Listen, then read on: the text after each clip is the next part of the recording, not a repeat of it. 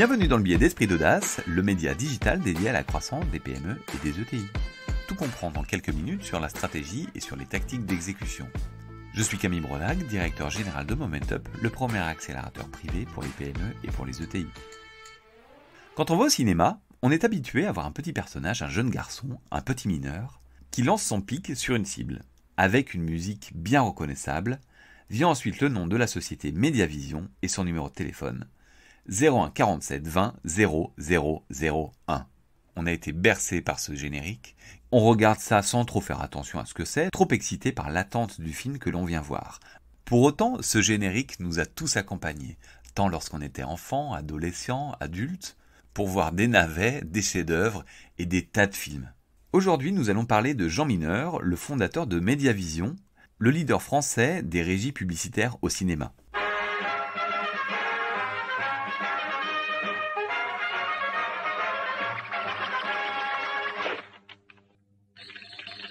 Balzac 0001.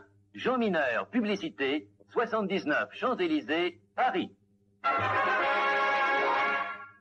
Jean Mineur est né en 1902 à Valenciennes dans une famille modeste. Dès le plus jeune âge, il se passionne par les débuts du cinéma. Alors qu'il a 14 ans, en pleine Première Guerre mondiale, il arrête ses études. Il fait des tas de petits boulots. Il est livreur de bière, il est chauffeur, il est aide-comptable, il est journaliste et fait même de la publicité au porte-à-porte. Oui, ce métier existait. C'est peut-être d'ailleurs ce qui l'inspirera par la suite.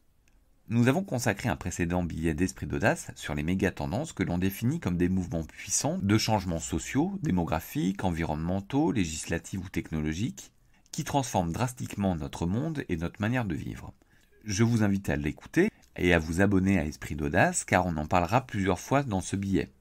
Car Jean Mineur en a eu une très bonne lecture qu'il a conjuguée avec l'audace entrepreneuriale. Donc à cette époque, le cinéma se développe. La publicité se développe de façon d'ailleurs concomitante. Elle se fait par film, par dessin animé. Une des premières pubs cinéma a été faite par l'un des pionniers du cinéma, Félix Mesguich, qui avait mis un projecteur rue Montmartre à Paris, qui diffusait un film publicitaire vantant les bienfaits de la peinture Ripollin. Donc pour en revenir à Jean Mineur, un jour, alors qu'il avait 22 ans, il rencontra un certain Vermeulen, un artiste dont le job était de peindre sur une grande toile des annonces pour des commerçants de la ville, toile qui était placée devant les écrans de cinéma lors des entr'actes. On appelait ça les rideaux réclames. Malgré quelques doutes, il décida de commencer à travailler avec Vermeulen en anticipant le fait que le cinéma allait se développer et que cette méga tendance de l'époque allait créer des opportunités. Il créera alors une société, s'acheta une petite voiture et commença à faire le tour des commerçants et des industriels d'une part et des exploitants de cinéma d'autre part. L'idée était bonne, gagnant-gagnant. Le commerçant ou l'industriel gagnait en visibilité et le cinéma diversifiait ses revenus. Le début a été compliqué car les commerçants et industriels ont eu du mal de se départir de leur habitude de communiquer dans la presse papier. Mais ça a fini par prendre et sa notoriété dépassa la ville de Valenciennes, du Nord et de leur région, etc. Dès 1931, voyant l'arrivée du cinéma parlant, nouvelle méga-tendance, il anticipe la fin du rideau réclame et commence à réaliser et produire des films commerciaux, des publicités, telles que nous les connaissons aujourd'hui. Quelque temps plus tard, Havas lui proposera de le racheter, voyant qu'il se faisait dépasser par une start-up de l'époque, qui avait développé un nouveau terrain de jeu. Donc finalement, l'histoire se répète. On parle encore de grands groupes qui veulent racheter des start-up. Mineur refusa et se rendit compte qu'il fallait quitter Valenciennes pour être en frontal avec ses concurrents. D'abord, boulevard de Courcelles, puis avenue des Champs-Élysées. Il prit à ce moment un numéro de téléphone qui sera à la base de sa communication. Balzac 0001.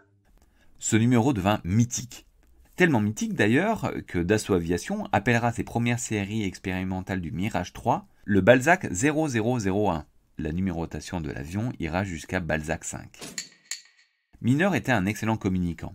Il savait qu'il avait besoin de faire incarner sa marque, et comme il venait de Valenciennes et qu'il s'appelait Mineur, quoi de mieux qu'un mineur pour le faire? Il commença avec un mineur adulte, une gueule noire un peu cassée, qui fut vite jugé trop sombre après la guerre. Il le remplaça alors par un jeune garçon, l'air enjoué et espiègle, qui lancera sa pioche dans une cible portant le chiffre 1000, et suite au contact avec la pioche, le 1000 se retournera et se transformera en 0001.